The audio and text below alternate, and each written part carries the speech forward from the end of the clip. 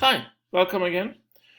Last time we have left at exactly this slide where I have started to telling you the structure of the video lecture. I would like to start the video lecture with a first discussion, and maybe I can refer to also a video you might watch. It might also be on news piece actually. Currently, there's a lot of interesting news on everything because of the corona crisis. So we might look to those also. Um, then I would like to look to background information. I mean, on the course, on the topic of that week.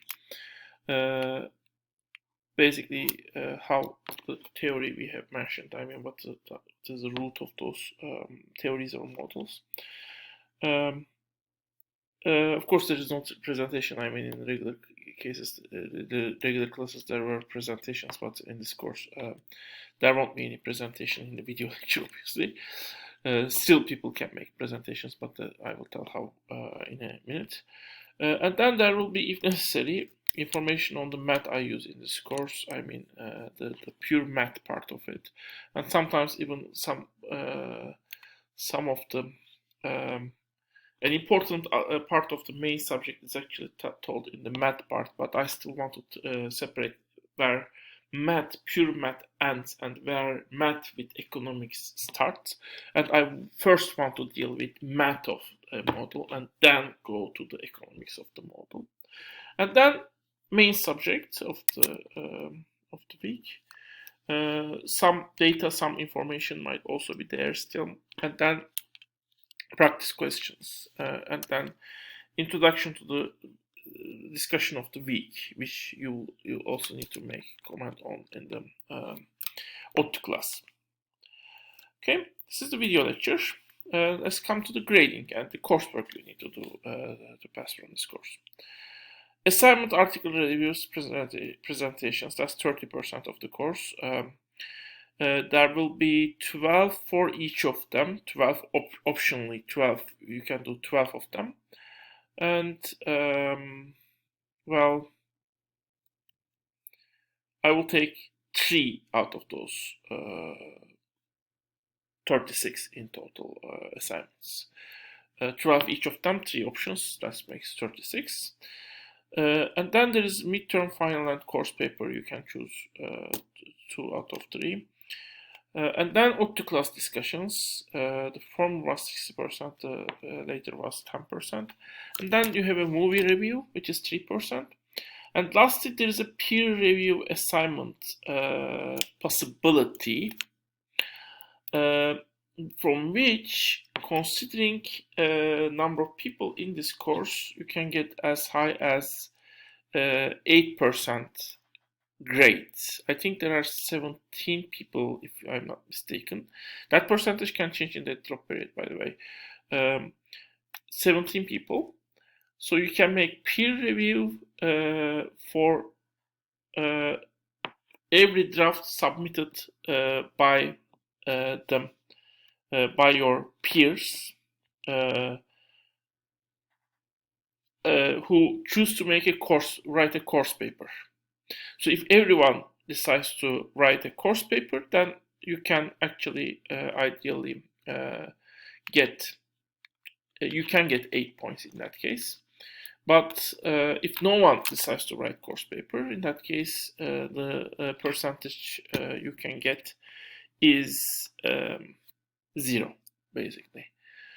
So this 8 points might be there, might not be there. It's not depend. It doesn't depend only to you. It depends on decisions made by your peers also. And this is an experimental thing. I am making experiment on the peer review on a different course also, the Bird Economics course. In this course, maybe I would not see even an example of it, but let's see whether I will see an example of it. In the other course, it's an assignment, so probably, yeah, I mean at least if they want to get points, the students in that course needs to make the peer reviews, and let's see how it will go. In United States, in the courses, once I had peer reviews, and it was very useful tool. Let's see whether it will be a useful tool also now. Midterm and final. For each of them, they are take-home style exams. They will have a short answer and analytical part. Although right now the questions might be formed in a way that they will be more challenging because of the previously they were in-class exams. Now they are not in-class exams. Probably 2 exams given by two answers that are given by different people the questions will be designed in a way so that different answers will be possible for each question, or for the most questions at least, including the analytical part.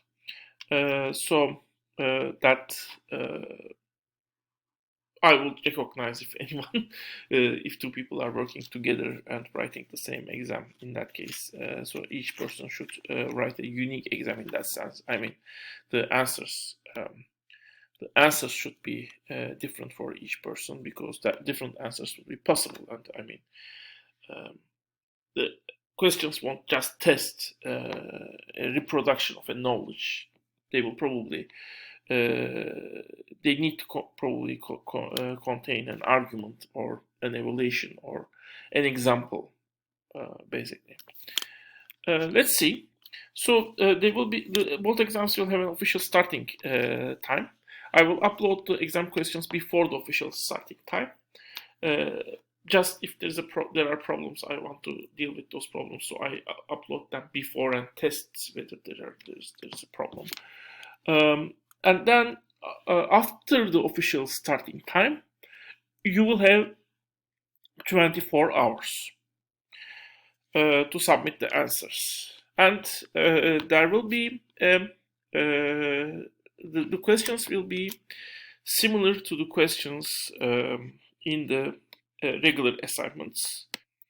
So the regular assignments are a good way to study the exam. So let's continue. Makeup policy. This semester I have decided to allow anyone who wants to take a makeup, even if you have been taken the midterm or final, you are allowed to take the makeup. However, because you are allowed to take makeup even if you have taken midterm or final, I want you to sign a document which will tell which exam, or if you want both exams, to be replaced by the makeup grade. And that's final. If you want your grade to be replaced by makeup grade, it will be replaced by the makeup grade, even if your makeup grade is lower. So you should make a comment that taking a makeup is a risk if you have already taken midterm or final.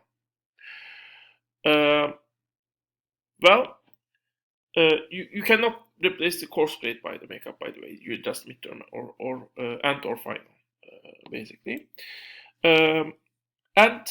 Makeup will be like midterm and final in terms of structure, but it will be comprehensive. It will contain all topics. There is only one makeup for both exams. It will contain, as I said, all topics, and it will be at least 7 days after the final exam, if possible, all the way up to the end, up to the end of the final exam period. But if final exam is close to the end of the final exam period, then I may need to put makeup exam after the final exam period. Even that's also a possibility. Well, that's because, for the people who want to replace midterm, of course, it could be as early as possible. But for the people who will replace final, they need a time space. If they are sick, they need to be healed. If they want to replace their final exam grade, then they need time to think about whether or not they will they need to get their grade, and they need to think whether it's worth risk to take the makeup exam instead of the final exam. So term paper. Well, you can write term paper in addition or instead of writing midterm and final. I want this course to be for people who want to take it in a non-traditional way, instead of following the textbook topics, rather reading the relevant articles, writing reviews of the articles. Well, follow the topics for only half of the semester and write one exam for the topics they have followed. For the second, instead of second exam, make a research themselves in topic they are interested in, and write a term paper on that topic. So that's a possible path for this course. So if you want to follow this path, you can write a term paper instead of the two exams, or you can write the exams and also write a term paper. That's also a possibility. In that case, I choose two highest grade out of the three potential grades you have available. So the term paper should be 10 and 15 page long, excluding the cover, index, and the references. And you need to inform me that you are writing the term paper and the subject, basically, of the term paper before October 31st, basically. And that's, I believe, that's, well, third week, end of the third week. Okay. A detailed guide of expectations and suggestions of the term paper will be provided. You can come with your own ideas. That's also okay. And I also will have a specific text on the tips of on writing. I don't know whether anyone reads it, but because in United States at the beginning, with people had the writing skills of the people was not that much developed. Even as a person who is not expert on writing, basically, I mean expert on the academia, the research on writing. I'm not expert on that. I decided to form some suggestions based on what I know on writing, basically. So it's available. If you are interested, you can read that. And the term paper will have 4 different courseworks, basically. There's a 5th one actually, but that's, you might be able to do that, but you might also, in some cases, not able to do that. Basically, a report on literature and data relevant to the topic, that's 10 points. Deadline is November 14th. Outline of your paper 10 points. Deadline November 21st. Draft of the paper 15 points. Deadline January 10th. And final form of the paper, which is 70 point. Deadline 30.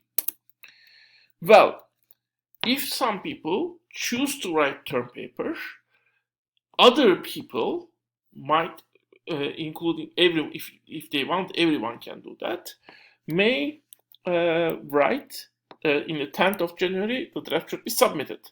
Up to the January 17th, they can write an evaluation of the draft, telling what is good about it and what can be improved on it. At least 500 words long, original, and contain at least one good aspect of craft and one thing that could be improved.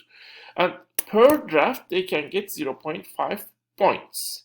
So, what if only one person submits the draft? Then that person won't get the extra point, but that person can get an extra point by writing a response to those evaluations. That can be submitted just to me, because you have the time all the way up to the end of the semester, January 13th, and write basically based on the critiques how and why that person decide to improve their draft and what are the changes that he or she has made in the final version.